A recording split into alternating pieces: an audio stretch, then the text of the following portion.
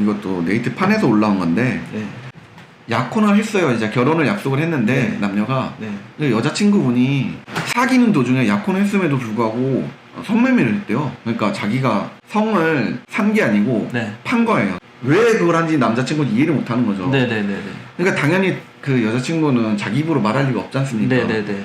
카톡을 보니까 이런 내용이 있었대요. 여자친구 카톡을 찍은 건데. 네네. 그러니까 이게 여자친구고 이게 불명예 제3자와 대화한 건데 네네. 출근 10시요. 네네. 몇 호로 53. 네.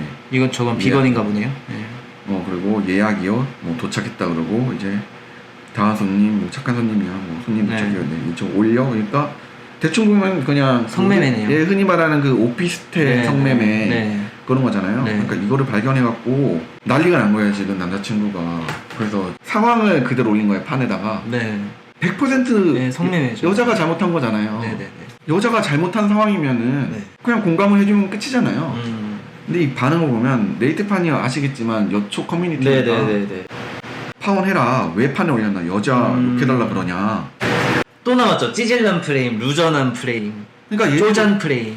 이게 페미니즘 다 얘네들이 이렇게 만들어버린 거예요. 저는 여성이 태어날 때부터 이런 편협하고 말도 안 되는 사고방식을 가졌다고 생각 안 합니다. 어린애들 얼마나 착해요 다들 마음. 그런데 페미니즘이 이렇게 한국 여성들을 다 네. 망가뜨리고 있는 겁니다. 저는 글을 쓰는 여성분들도 피해자라고 봐요. 네. 페미니즘 맞습니다. 때문에 이런 맞습니다. 말도 안 되는 사고방식을 가지고 하는 게 네. 그러니까 한마디로 이게 개개인의 문제로 봐서 안 된다는 거예요 제 말은. 일도 아닌 것 가지고 인터넷에 동네랑네 떠들고 남자가 쫌생이다. 쫌생이. 이게 여자였어 봐요. 반대로 남자가 성매매를 했다고 했어 봐요. 진짜 여자 불쌍하다고 난리 났죠 그러면은. 네, 추천이 한 10,000가지 찍혔겠죠. 진짜 전남대에서 이것도 예전에 좀 아시죠? 한남이 누드 모델을 불법 촬영하고 수업 중에 만지작까 했지만 교수는 무시했다. 아무도 제지하지 않았다. 그러니까 누드 모델을 성희롱을 했나 봐요. 네. 그러니까 여기 이 글을 보면은 불법 촬영. 남자가 여성 모델에 대해서 이렇게 했다. 네. 막 하고 막 성토를 하고 해요. 그러니까 15K까지 갔네요. 예, 그러니까 피해자 여성분 맞다. 여성분이 맞고 뭐 어떻게 처리하나 보자. 그러니까 그 예전에 홍대에 네. 누드 크로키 사건. 예, 그 사건 이후에 일어난 사건이에요. 그러니까 이제 여자들이 드디어 여자 피해자가 나타났다 하면서 막 홍대 누드 크로키 네. 사건 때는 피해자가 남자였으니까 네. 그러다가 드디어 남자가 나타났다. 이제 한번 이거를 프레임 잡아서 몰아보자 이런 생각이었나 봐요. 근데 결론이 포토라인 세워라. 예, 뭐 다 이런데 왜 이렇게 조용하냐. 결론을 보면 피해자 모두 가해자 모두 여성. 여성이에요. 그러니까 남자가 가해자가 아닌 상황이 벌어진 거야. 그러니까 그래서 이제 어떻게 됐습니까? 진짜 가해자 여자라니까 힘 빠져. 진짜 열불난다. 공론화 시키려고 힘썼는데 가해자 여자라니까 힘. 아니 왜 빠지죠? 아니 여성이 당했잖아요. 그러니까 피해자를 위해서 일어난 거 아니었어요? 아니 이 불쌍한 여성분, 예? 몰카 찍힌 그 여성분의 인권을 위해서 활동을 해주셔야 되는 거 아닙니까? 얘네들이 멘붕을 한 거예요. 몰카남이 아니라고 막. 아 아이디도 기가 막히네요. 느게 예, 가해자도 여자야. 대자보를 읽어보면 그는이라고 나와 있는데 어떻게 그라는 게 아시겠지만 네. 그와 그녀로 이렇게 갈라지는 경우도 있고 네. 그 자체가 남자 여자 다 맞아요. 포함하는 네, 경우도 있잖아요. 그렇죠. 예.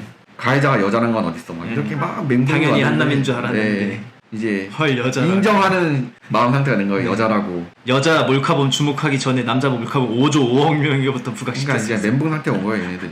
아니 왜 멘붕이 온지는 솔직히 그러니까 말해서 모르겠어요. 이런 것만 봐도 여성들의 피해를 돕고자 하는 이런 활동이 아니라 네. 남성 가해자를 찾아내고 남성들을 욕먹이고 전 세계인들 앞에 한남들은 쪼잔하고 찌질하고 맨날 몰카 찍고 강간하고 데이트 폭력하는 사람으로 만드는 게 페미니즘 운동이네요. 그러니까 얘네들이 말하는 그 여성을 위한 페미니즘은 없다는 거예요. 스스로 밝힌 거 아니에요. 여성을 위한 거면은 네. 여성이 피해자인데 일어나야지. 여성이 피해자인데 가해자도 여성이면 힘이 쩍 빠지는 페미니즘.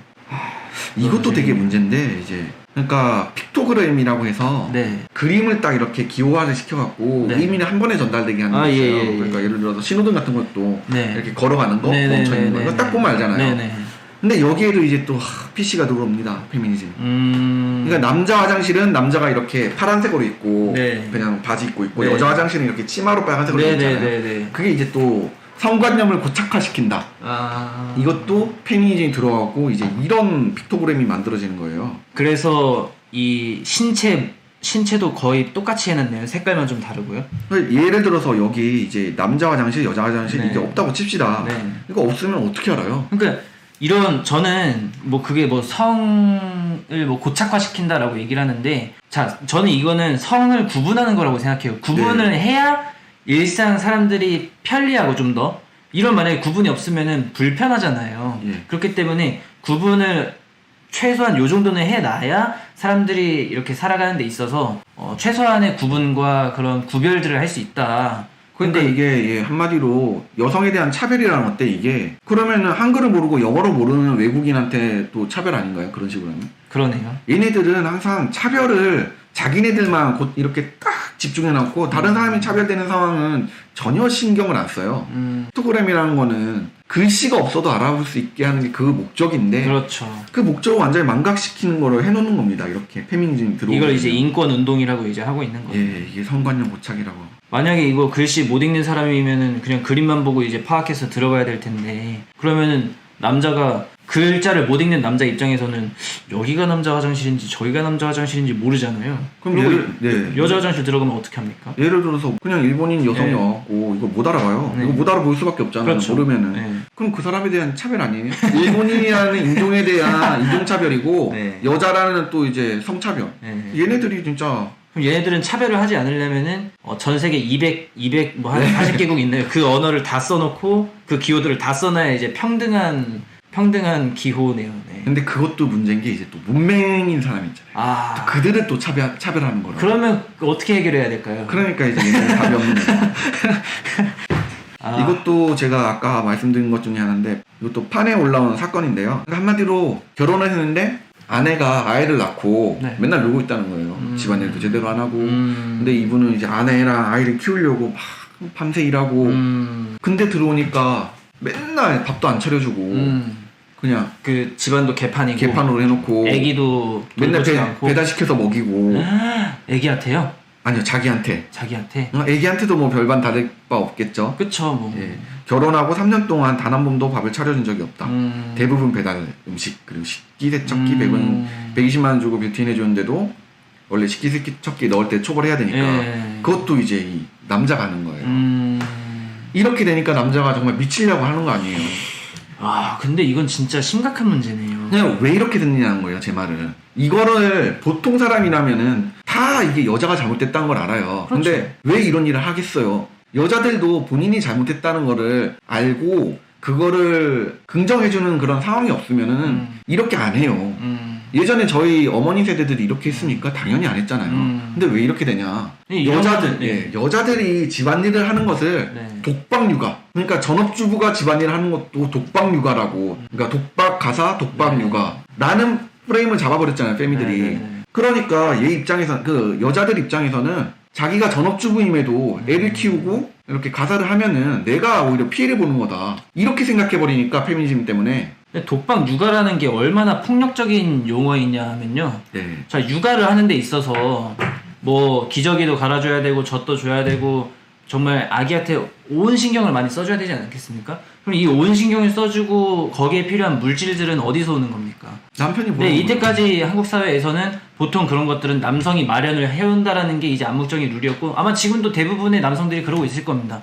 그러면은 육아에 해당되는 거에는 정신적인 것도 있지만은 물질적인 것도 있다라는 겁니다. 이것들을 모두 포함해서 육아라는 개념으로 봐야 되는 것이지, 나머지 하나만 똑 떼어놓은 다음에 이거는 여자가 하니까 독박 육아다 라고 한다면은, 그러면은 남성이 집안에 헌신하고 돈을 벌어오는 그런 노동을 육아로 치지 않는다는 거예요. 그러면은 뭐 애에 대해서, 남자에 대해서 완전히 배제시킨다는 거죠. 그러니까 얘네들이 되게 내로남불 논리인 게 그게 맞다고 칩시다. 그러니까 남성이 이렇게 돈으로 들여오는 거는 육아에 도움이 안 된다고 쳐요. 그러니까 돈으로 지원하는 것도. 그건 이제 다른 사례를 생각해 보면 군대를 생각해 보세요. 남성들이 군대를 가잖아요. 근데 여자들이 뭐라 그래요? 우리가 물심양문 가진 않지만 물심양문으로 우리가 국가에다가 세금 내는 거 이바지 하니까 여성들도 국방의 의무를 지고 있는다, 이런 말을 하잖아요. 사실 세금도 굳이 따지면 남성이 더 많이 냅니다. 뭐 아무튼 그 논리대로라면 남자도 돈을 벌어와서 육아에 기여하고 있는 거 아니에요? 그렇죠. 그러니까 얘네들은 논리가 안 맞아요. 항상 내로남불, 항상 내로남불. 이렇게 반박하면은 또 뭐 페미니즘을 공부 안 했다는 뭐 이런 소리라니까. 저는 이게 개인의 문제라고 진짜 생각 안 한다. 아까 말씀드렸다시피 이 페미니즘이 전업주부가 아이를 키우고 이게 남성이 돈을 벌어온 거는 굉장히 서로 고생을 하고 있는 거잖아요. 네. 근데 여성만 일방적으로 고소한다고 프레임을 잡아버리니까 그렇죠. 이 사례 여성분도 굉장히 나쁜 여성이 아닐 거예요. 네네. 근데 그거를 계속 듣다 보니까 아 정말 내가 피해자인가? 정말 내가 독박으로 유고하고 있는 건가? 아 나는 그러면 안 돼 하면서 이제 남편이 다 해야 돼. 이게 맞는 거야. 이런 식으로 사고방식을 가지게 된다는 거죠. 페미니즘이 그걸 계속 주입한다는 거죠. 맞아요.